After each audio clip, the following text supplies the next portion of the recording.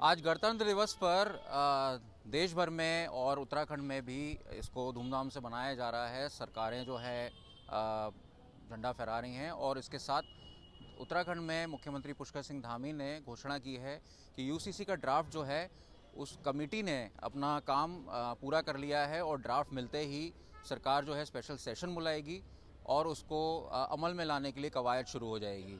अब इसका क्या रिएक्शन आएगा, किस तरह से ये इसको अप्लाई होगा, किस तरह से इसका एग्जीक्यूशन होगा, इसको लेकर हमारे साथ बातचीत के लिए मौजूद हैं उत्तराखंड कांग्रेस के प्रदेश अध्यक्ष करण मेहरा जी। मेहरा जी, बहुत बहुत स्वागत है आपका आज तक पे। सबसे पहले तो यूसीसी अब सरकार जो है तेज़ी पकड़ रही है। पहले तो राम मंदिर प्राण प्रतिष्ठा का जिस तरह से मनाया गया पूरे देश में, अब यूसीसी उत्तराखंड में तेज़ी पकड़ रहा है। किस तरह से देखते हैं इसको?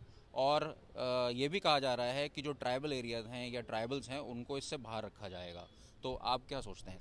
देखिए, सरकार लगातार उसका समय बढ़ा रही है, अवधि बढ़ा रही है। मुझे लगता है चुनाव तक इसका समय बढ़ाएंगे, क्योंकि ये वैसे भी सब्जेक्ट जो है सेंटर का सब्जेक्ट है, उनको करना चाहिए। दूसरा, सरकार अपना ड्राफ्ट के अंदर है क्या उसको क्लियर नहीं कर रही है। जैसा कि असम के मुख्यमंत्री ने कहा हम आदिवासी को बाहर रखेंगे, मेरा भी यही प्रश्न है कि यूसीसी आपके हिंदू मुसलमान के नैरेटिव को सेट करने का टूल नहीं बन सकता।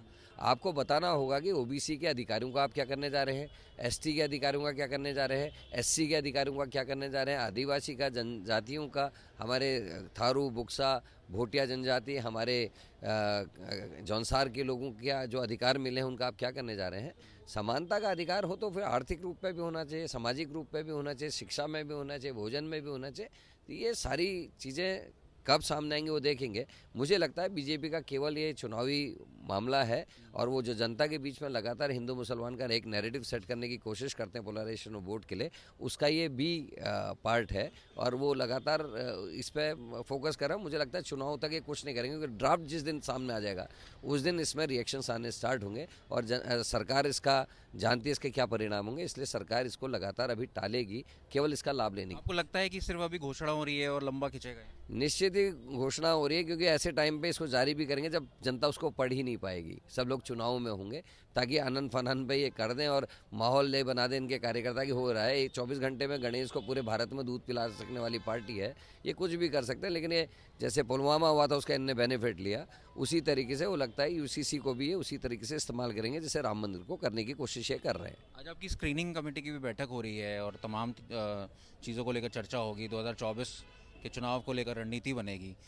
इससे पहले कांग्रेस को थोड़ा सा झटका दिया है उसके अलाइज ने, ममता बनर्जी हो, आम आदमी पार्टी हो या फिर नीतीश कुमार की सरकार हो, डामाडोल हो रही है। तो ऐसे कैसे साथ लेके चलेंगे सबको? देखिए, हमारी कोशिश है, क्योंकि उद्देश्य बड़ा है। देश की जनता जानती है कि इकनॉमी खतरे में है, राष्ट्र की सीमाएं खतरे में है, महिलाएं खतरे में है।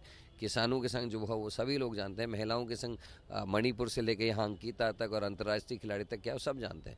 ऐसी स्थितियों में जो जिम्मेदार व्यक्ति होगा वो निश्चित ही साथ आएगा, क्योंकि गंभीर खतरा भारत माता को है। साथ आने की ज़रूरत है। कांग्रेस प्रयास कर रही, वो साधुवाद की पात्र है, और कांग्रेस के प्रयास फलीभूत होंगे, मुझे ऐसा मानना है। और जो अलायंस हैं वो इस मजबूरी को, इस दिक्कत को, इस परेशानी को समझेंगे और साथ आएंगे, ऐसा मुझे भरोसा है। 28 तारीख को कांग्रेस के राष्ट्रीय अध्यक्ष मल्लिकार्जुन खरगे के यात्रा है देहरादून, तो इसको कैसे तैयारी है? इसको लेकर विवाद भी हुआ कि परेड ग्राउंड नहीं दिया गया, बन्नू स्कूल ले जाया जा रहा है। तो क्या तैयारियां हैं आपकी, और क्या ऐसा हुआ है कि आपको जो है परेड ग्राउंड नहीं दिया गया, और क्या वजह सामने आई? देखिए, 28 तारीख मेरे लिए बहुत बड़ा दिन है, और उत्तराखंड और मेरे दोनों के लिए ऐतिहासिक दिन होगा। क्योंकि मल्लिकार्जुन खड़गे जी की अगर आप देखें, एक जीवट व्यक्ति है, दलित परिवार में, किसान के परिवार में पैदा हुआ बच्चा, जो 1969 में अपने एक ब्लॉक का अध्यक्ष था।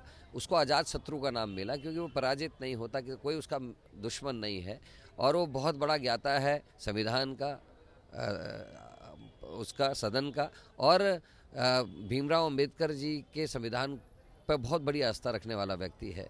लंबा अनुभव उनका है, और वो यहाँ आ रहे हैं, क्या संदेश देते हैं, इसके लिए लोगों में बड़ी उत्सुकता है और लोगों में जोश है कि वो उनकी बैठक को सफल बनाएंगे। रही बात ग्राउंड की, तो बहुत ही अफसोस है एक तरफ राहुल गांधी जी की यात्रा में पथराव और उनको यात्रा नहीं करने दी जा रही, परमिशन नहीं दी जा रही, मंदिर में परमिशन लेने के बाद प्रवेश नहीं दिया जा रहा है स्वतंत्रता संग्राम सेनानी के परिवार के बच्चे को और एक शहीद के बच्चे को, और दूसरी तरफ एक दलित के बेटे को जब हमने ग्राउंड मांगा उनके लिए, तो यहाँ डीएम से मेरी बात 23 तारीख को हुई, मेरे पास रिकॉर्डिंग भी है। उन्होंने साफ साफ कहा कि ये स्मार्ट सिटी के बाद हमने अब पॉलिटिकल पार्टीज़ को देने के लिए इनकार हुआ है और उसी के तहत हम इसको नहीं दे सकते। अगर आपको ज़रूरत है तो आप मंत्री जी से बात करिए। मैंने मंत्री को भी फैक्स किया, डीएम को भी फैक्स कर दिया था 23 तारीख को, और मंत्री जी से मेरी स्वयं बात हुई थी, उन्होंने भी यही मजबूरी बताई थी।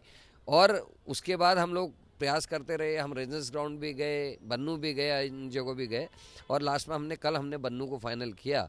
और लेकिन जो बीजेपी के प्रवक्ता जिस तरीके से झूठा आलाप कर रहे हैं या प्रशासनिक अधिकारी, वो बिल्कुल झूठा है, क्योंकि हमारे पास सबूत है। फैक्स की डेट कोई नहीं बदल सकता, फैक्स कितने तारीख को हुआ है और किस तरीके से उन्होंने 25 तारीख की सुबह तक हमको कोई जवाब नहीं दिया। तो हमारे पास इतना समय नहीं होता, 26 जनवरी भी है और मीटिंग्स भी हैं, और जब कार्यक्रम होते हैं उसमें सुरक्षा की भी दृष्टि देखनी पड़ती है, परमिशंस का भी है, तो इसलिए हमको आनन फानन में कल फिर बन्नू करना पड़ा। और बीजेपी के प्रवक्ता और सरकार और इनका प्रशासन लगातार झूठ बोल रहा। सारे सबूत हमारे पास हैं, फ़ोन रिकॉर्डिंग्स हमारे पास हैं, हमने कब फैक्स किया वो हमारे पास है, और बीजेपी के लोग लगातार झूठ बोल रहे हैं और उनको शर्म आनी चाहिए। आने वाले समय में कांग्रेस लेकिन इस बात पर नज़र रखेगी, नरेंद्र मोदी जिस दिन देहरादून आएंगे, अगर उस दिन परेड ग्राउंड दिया जाएगा तो उस दिन इस बात का सही तरीके से जवाब कांग्रेस और यहाँ की जनता देगी। 2024 के चुनाव को लेकर किस तरह से तैयारी कर रहे हैं? क्या मुद्दे रहेंगे जो उत्तराखंड में 5 सीटों को पर जीतने के लिए कांग्रेस जो है ताल ठोकेगी? देखिए, 24 के इलेक्शन के लिए तमाम मुद्दे हैं, अंतर्राष्ट्रीय मुद्दे हैं, राष्ट्रीय मुद्दों में आप देख लीजिए, हमारे किसानों के साथ से किसानों की मृत्यु, किसानों को गाड़ी से कुचलना मंत्री के बेटे का, उसके अलावा अंतर्राष्ट्रीय खिलाड़ियों का अपमान, मणिपुर में महिलाओं के संग इतनी बड़ी घटना। उत्तराखंड के परिप्रेक्ष्य में देखें तो 9 हिमालय राज्यों में उत्तराखंड महिला अपराध में प्रथम श्रेणी में है। 900 से ज़्यादा रेप केसेस, 778 उठाईगिरी के केसेस महिलाओं के प्रति, तो ये शर्मनाक है। और उसके अलावा केदारनाथ में 223 किलो सोने की चोरी, उसके अलावा जोशीमठ की घटना, अंकिता भंडारी के वीआईपी का मामला, SSC भर्ती घोटाला, पटवारी पेपर लीक, बच्चों के एजिटेशन में लाठी चार्ज करना, कोरोना वॉरियर्स का लगातार आंदोलन, उनके संग बदसलूकी करना, अस्पतालों के में डॉक्टर की कमी, अघोषित बिजली कटौती, गन्ना किसानों के आंदोलन, किसानों की दुर्दशा, ये सब, और बेरोजगारी, महंगाई, ये सभी हमारे मुद्दे होंगे। इसको लेकर अब जो मुद्दे आपके हैं किस तरह से लड़ेंगे? क्योंकि अक्सर कांग्रेस के बीच मनमुटाव की खबरें बीच बीच में आती रहती हैं, बड़े बड़े लीडर्स आपस में लड़ते रहते हैं। कोई सख्त हिदायत आप दे रहे हैं, ऊपर से कोई ऑर्डर आए हैं कि भाई साथ मिलकर चलना है? निश्चित ही ऑर्डर की ज़रूरत नहीं होती है, सभी जानते हैं कि डिसिप्लिन में रहना है। कांग्रेस का कार्यकर्ता इस समय किसी की नहीं सुन रहा, वो लगातार पिछले 1.5 वर्ष से मेहनत कर रहा है, कोशिश कर रहा है, आंदोलन कर रहा है। हर 10 दिन में कोई ना कोई कार्यक्रम हमारे कार्यकर्ता जिला स्तर, बूथ लेवल और जिला मंडल लेवल पर हमारे लोग कार्य कर रहे हैं, और कहीं कोई आपसी मनमुटाव नहीं है। सब लोग चाहते हैं कि हम जीतें और उसके लिए सारे लोग एक साथ मेहनत कर रहे हैं। बहुत बहुत धन्यवाद। तो कांग्रेस प्रदेश अध्यक्ष करण मेहरा का कहना है कि लगातार कांग्रेस जो है वो 2024 की तैयारी कर रही है। आज स्क्रीनिंग कमेटी की बैठक है और कई बड़े नेता यहाँ जुटेंगे और टिकटों को लेकर फैसला किया जाएगा, फीडबैक लिया जाएगा। कांग्रेस भाजपा पर आरोप लगा रही है कि जिस तरह से राहुल गांधी की यात्रा को रोकने का प्रयास हुआ, उसी तरह से भाजपा जो है मल्लिकार्जुन खड़गे जो कि कांग्रेस के राष्ट्रीय अध्यक्ष हैं, उनको भी उत्तराखंड नहीं चाहती कि वो उत्तराखंड आएँ या उत्तराखंड में सभा करें, इसलिए उनको ग्राउंड भी नहीं दिया गया। और बन्नू स्कूल जैसे ग्राउंड पर कांग्रेस को जो है वो आयोजन करना पड़ रहा है। इसके साथ साथ करण मेहरा का कहना है कि कांग्रेस जो है तैयार है और बिना मनमुटाव के पार्टी जो है वो एक साथ सभी लीडर्स जो है वो चुनाव लड़ेंगे। देहरादून से अंकित शर्मा, आज तक।